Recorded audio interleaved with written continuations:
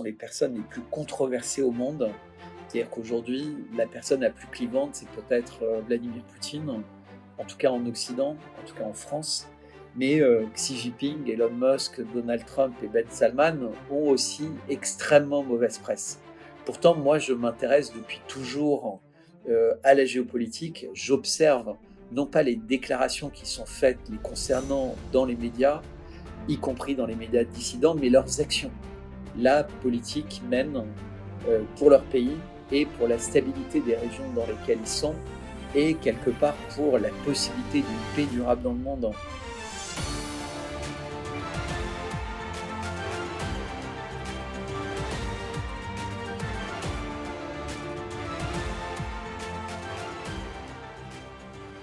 Bonjour Bertrand Scholler, vous êtes ingénieur des mines et géophysicien, diplômé de l'Institut français du pétrole et de Sciences Po Paris. Vous signez une tribune dans Histoire Magazine, en forme de lettre destinée aux membres du Comité Nobel, dans laquelle vous proposez 5 candidats au prix Nobel de la paix qui ne sont pas les personnalités les plus appréciées. Qui sont-elles et pourquoi ces 5 personnalités? Alors d'abord, je tiens à dire que je suis très fier que ma tribune soit publiée dans Histoire Magazine. Pour moi, c'est un honneur d'être dans cette revue qui est présente dans pratiquement tous les kiosques en France et qui a à l'intérieur beaucoup de grandes signatures. Donc merci et j'invite toutes les personnes qui vont entendre la vidéo à découvrir Histoire Magazine.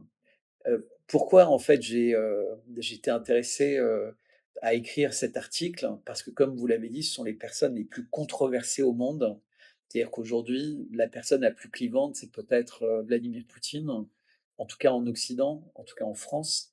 Mais, Xi Jinping, Elon Musk, Donald Trump et Ben Salman ont aussi extrêmement mauvaise presse. Pourtant, moi, je m'intéresse depuis toujours, à la géopolitique. J'observe non pas les déclarations qui sont faites les concernant dans les médias, y compris dans les médias dissidents, mais leurs actions. La politique mène pour leur pays et pour la stabilité des régions dans lesquelles ils sont et quelque part pour la possibilité d'une paix durable dans le monde.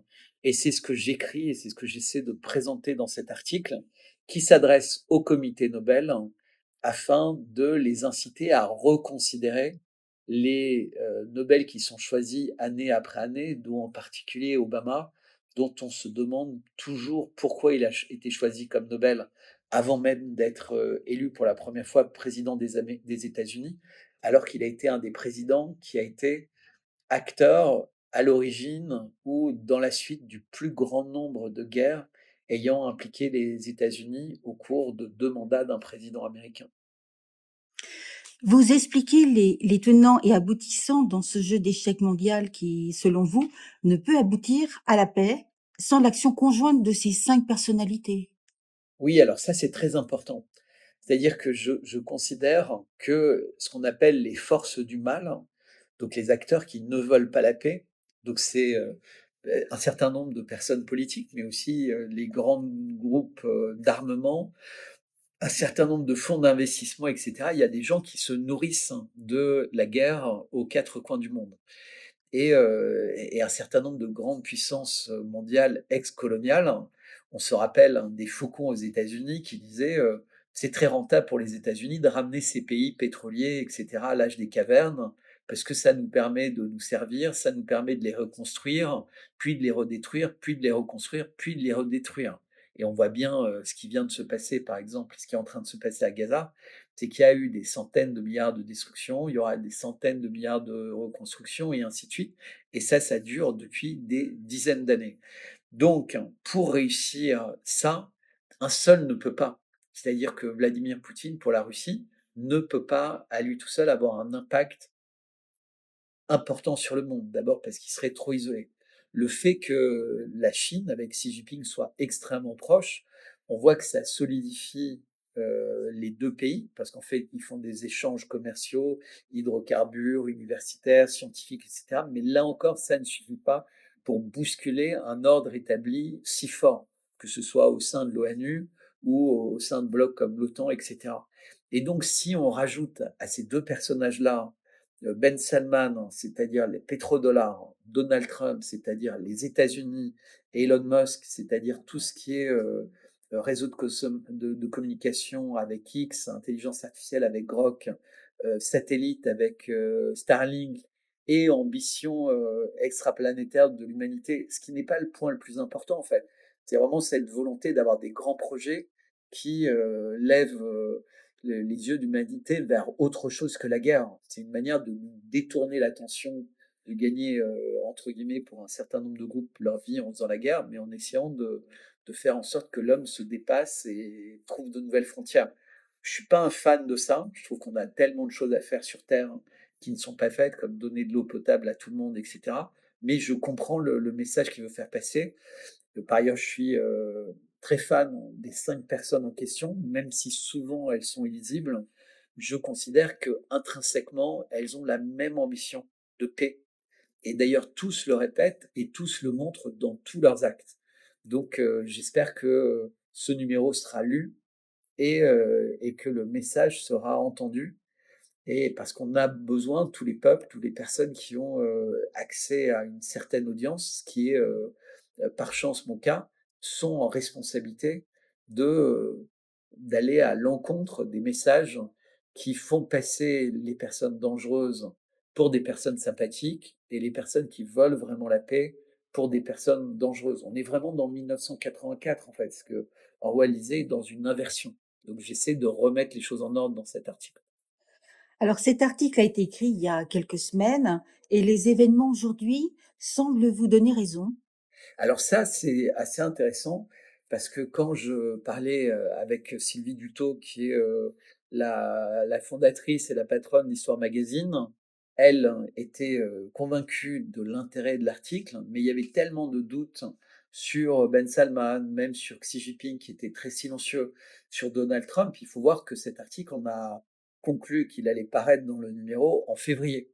Et donc, à partir de là, ont été structurés le magazine, la couverture du magazine. Donc c'était un vrai pari, puisque les bombardements reprenaient à Gaza.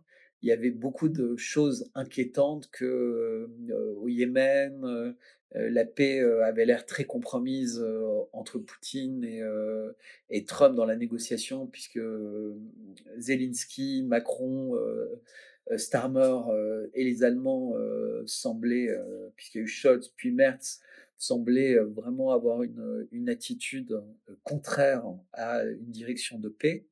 Et là, juste au moment de la sortie du magazine, donc au cours de ce week-end du 8-9 mai, tout change. C'est-à-dire que Trump fait exactement ce qui est dit dans l'article. Et tous Donc, les autres au diapason, évidemment, puisque Trump va rendre visite à Ben Salman, qui va organiser les liens avec la Chine et la Russie, mais sous un autre angle, qui va favoriser l'apaisement avec l'Iran, qui va obtenir véritablement une reconnaissance de la Palestine et une mise en lumière mondiale des exactions du régime Netanyahou. Donc on peut espérer en revanche, qui n'auront pas, tous ces gens-là, un destin à la Kennedy, puisqu'on sait que malheureusement, les gens qui veulent sincèrement la paix, et ce qui était le cas de JFK, finissent en général, malheureusement, avec une balle dans la tête. donc je rappelle que vos 2 articles sont dans le numéro, qui vient de paraître d'Histoire Magazine avec une justement qui Oui, explique, ce que vous venez de dire, des prix Nobel potentiels dans la mire et un destin à la Kennedy, on leur souhaite pas. qu'on ne leur souhaite pas. Non, mais si l'histoire pouvait petit à petit, comme on essaie de le faire dans ce numéro d'Histoire Magazine, les mettre en lumière comme ils le méritent, là, ce serait la partie destin à la Kennedy qui mérite. Ouais. Kennedy reste aujourd'hui le président le plus populaire pour les Américains avec Ronald Reagan. Et autant Ronald Reagan, j'ai pas trop d'avis sur lui, autant Kennedy, pour avoir souvent écouté ses discours, observé qu'il était une personne vraiment charismatique et qui s'exprimait sur les vrais problèmes qu'on rencontre aujourd'hui, les sociétés secrètes, etc. On voit qu'il avait vu juste sur quasiment tout. Et surtout, Kennedy était le seul et a été le seul président américain à faire des discours complets pour, dire à quel point la Russie était le pays qui s'était le plus sacrifié pour, sauver le monde du nazisme et avait véritablement gagné la guerre. Et ça, pour l'instant, même Trump a du mal à le dire, mais je pense que ça va changer.